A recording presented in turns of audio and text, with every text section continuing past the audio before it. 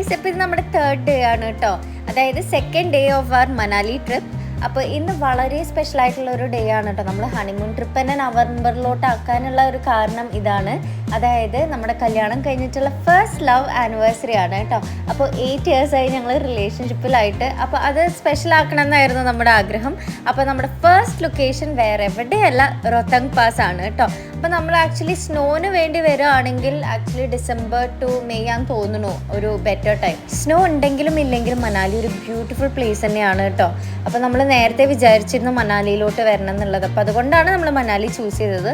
അതുപോലെ തന്നെ റോത്തങ് പാസ് കയറുന്നതിന് മുന്നേ ആയിട്ട് നമ്മളിതുപോലെ ഡംഗ്രീസ് റെൻറ്റിന് എടുക്കുകയാണ് വേണ്ടത്. ഭയങ്കര തണുപ്പായിരിക്കും കേട്ടോ. പക്ഷെ നിങ്ങൾക്ക് തണുപ്പ് ടോളറേറ്റ് ചെയ്യാൻ പറ്റുന്നതാണെങ്കിൽ വലിയ കുഴപ്പമില്ല. കാരണം താഴേക്ക് അത്യാവശ്യം വെയിലുണ്ട്, ചെറിയൊരു തണുപ്പേ ഉള്ളൂ. പക്ഷെ മുകളിൽ കയറും തോറും ഒടുക്കത്തെ തണുപ്പാണ്. നല്ലോണം മോയ്സ്ചറൈസ് ചെയ്തിട്ട് വേണം കേട്ടോ വരാൻ വേണ്ടിയിട്ട്. എനിക്ക് ലിപ്സും ഫേസും എല്ലാം ഭയങ്കര ഡ്രൈ ആയിട്ടുണ്ടായിരുന്നു. പിന്നെ നമുക്ക് മിറ്റൻസ് ഒന്നും മൂരാനേ പറ്റുന്നുണ്ടായിരുന്നില്ല, അത്ര തണുപ്പായിരുന്നു. ഇത് കണ്ടില്ലേ, വെള്ളമൊക്കെ ആകെ ഫ്രോസൺ ആയി കിടക്കുകയാണ്. നിങ്ങൾ ആ കാണുന്നതാണ് സ്നോ കേട്ടോ. നമ്മൾ സ്നോന്റെ ഏരിയയിലോട്ട് പോയത് ഈ ATV ബഗ്ഗി റൈഡ് പോലത്തെ ഒരു സംഭവം വെച്ചിട്ടാണ്. സ്നോന്റെ അവിടുത്തെ തണുപ്പ് എനിക്ക് ഭയങ്കര അൺബെയറബിൾ ആയിരുന്നു. അപ്പോൾ എനിക്ക് മിറ്റൻസ് ഊരാനേ പറ്റിയില്ല. അത് കാരണം കൊണ്ട് തന്നെ സ്നോന്റെ അവിടുത്തെ വീഡിയോസ് എൻ്റെ ഫോണിലില്ല കേട്ടോ. അങ്ങനെ നമ്മുടെ ആനിവേഴ്സറി സ്പെഷ്യലാക്കാൻ വേണ്ടിയിട്ട് നമ്മൾ പേസ്ട്രി മുറിച്ച് കഴിച്ചത് റോത്തങ് പാസിൻ്റെ ബോർഡിൻ്റെ മുന്നിൽ നിന്നാണ് കേട്ടോ.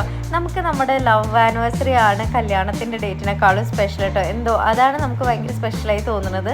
അത് കഴിഞ്ഞ് നമ്മൾ കൊക്സാർ വഴി ഇറങ്ങുമ്പോൾ ഈ ബ്യൂട്ടിഫുൾ ഫ്രോസൺ വാട്ടർഫോൾസ് കണ്ടിട്ടോ നല്ല ഭംഗിയുണ്ട്. എനിക്ക് സത്യം പറഞ്ഞാൽ സ്നോനേക്കാളും ഇഷ്ടമായത് ഇതാണ് കേട്ടോ. അടിപൊളിയായിരുന്നു. പിന്നെ നമ്മുടെ പാക്കേജിൽ കൊക്സാറും മട്ടിൽ ടണലൊക്കെ ഉണ്ടായിരുന്നു. റോത്തങ്ക്ക് നമ്മൾ സെപ്പറേറ്റ് ഡ്രൈവർക്ക് പേ ചെയ്തിട്ടാണ് പോയിട്ടുണ്ടായത് കേട്ടോ. അത് ഒട്ടുമിക്ക പാക്കേജസിലും റോത്തങ്ക് സെപ്പറേറ്റ് ആയിട്ട് തന്നെയാണ് കണ്ടത്. പിന്നെ അടുത്ത ഡെസ്റ്റിനേഷൻ ആയിരുന്നു അട്ടൽ ടണൽ. ഇതും അടിപൊളി ഒരു സ്ഥലം തന്നെയായിരുന്നു കേട്ടോ. വളരെ ബ്യൂട്ടിഫുൾ വ്യൂ ആയിരുന്നു കേട്ടോ അവിടുന്ന്.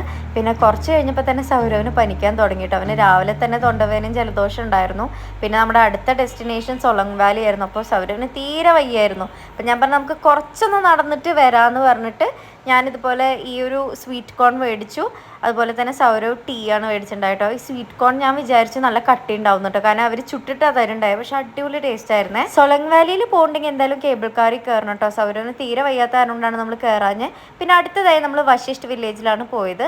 അവിടെ മെയിനായിട്ടുള്ളതെന്ന് പറയുന്നത് ഹോട്ട് സ്പ്രിംഗ് ആണ്. കുട്ടികളൊക്കെ സ്കൂൾ വിട്ട് വന്നിട്ട് ഓടി കയറുന്നുണ്ട് കേട്ടോ ഹോട്ട് സ്പ്രിങ്ങിൽ കുളിക്കാൻ വേണ്ടിയിട്ട്. അവിടെ നമുക്ക് ഫോട്ടോഗ്രാഫി അലൗഡ് അല്ല, അപ്പോൾ അത് കാരണം നമുക്കത് ഇൻക്ലൂഡ് ചെയ്യാൻ പറ്റില്ല. അതുപോലെ തന്നെ അവിടുത്തെ റാബിറ്റ്സൊക്കെ നോക്കി. അതുപോലെ അവിടുത്തെ ഡോഗ്സും ഭയങ്കര ഫെറിയാണ് കേട്ടോ. അവിടുത്തെ ഡോഗ്സിനൊക്കെ കാണാൻ ഹസ്കീസിനെ പോലെ ഉണ്ടായിരുന്നു കേട്ടോ.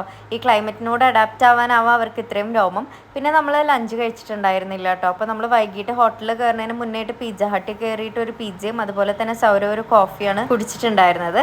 അപ്പോൾ ബാക്കി വിശേഷങ്ങൾ അടുത്ത വീഡിയോയിൽ കാണാം. വീഡിയോ ഇഷ്ടമായെങ്കിൽ ലൈക്ക് ചെയ്യണം, ഷെയർ ചെയ്യണം, സബ്സ്ക്രൈബ് ചെയ്യണേ.